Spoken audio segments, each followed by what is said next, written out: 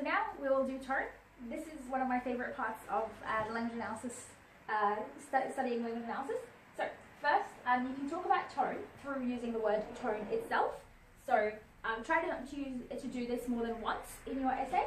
So an example sentence of this is, through a derisive and scathing tone, the writer blah blah blah. An alternative way of doing this is using different words that mean tone as well. So demeanor, manner, and voice are good alternatives.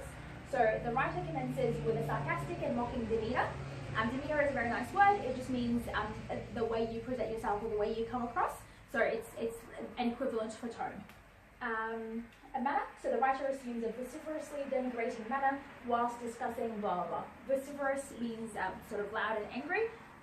So a very loud and angry denigrating manner when he was discussing blah blah. And voice can be used in the same way. So the writer commences with a sarcastic and mocking voice.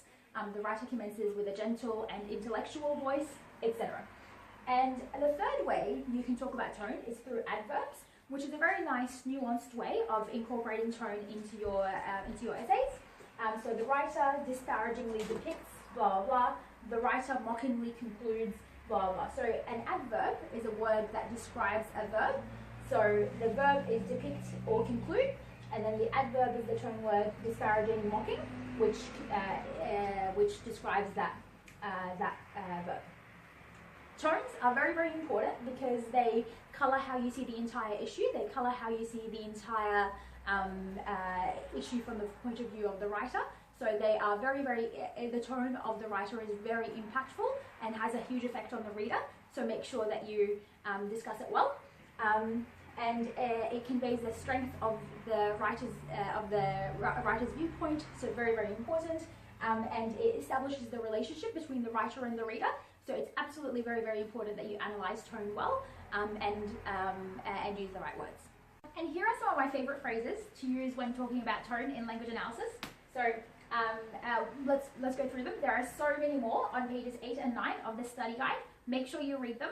And make sure that you create your own list that you've written of tone sentences that you like, that you can use and recycle every single time you write a language analysis essay. So some of my sentences, humorous and at times critical style. So you can change these words to anything, something, and at times something style. Fluctuating tone, so if a tone fluctuates between intellectual and compassionate, or it fluctuates between whatever. So the tone fluctuating between blah blah blah. And you can use that for tonal shifts as well when they occur. Employs a calm and intellectual approach. So approach, manner, style, a voice, they're alternative words that you can use for tone. Her tone hovers on the edge of disparagement. This is really beautiful, it's very nuanced. Hovers on the edge of whatever. The voice that emerges through the opinion piece is disparagingly and scathingly critical. The voice that emerges. His anecdote has an undercurrent of pain. Again, a very nuanced way of speaking about tone. The tone borders on blah blah blah. Her intellectual tone was laced with compassion. The word laced. So these are very nice sentences to speak about, to frame the tone. Very, very beautiful visual sentences to speak about how the writer's tone changes and the slight shifts in the writer's tone. There are a lot more sentences in the study guide that I encourage you to have a read through and use them as inspiration to create your own sentences that you can use every time you write a language analysis essay. Invest time in writing nice sentences and creating your own bank of sentences so that you can just recycle through those sentences and memorize them and use them every time you write a language analysis essay. That's what I did in that pink folder that I showed you earlier. This folder that I carried around with me every single time I wrote a language analysis essay.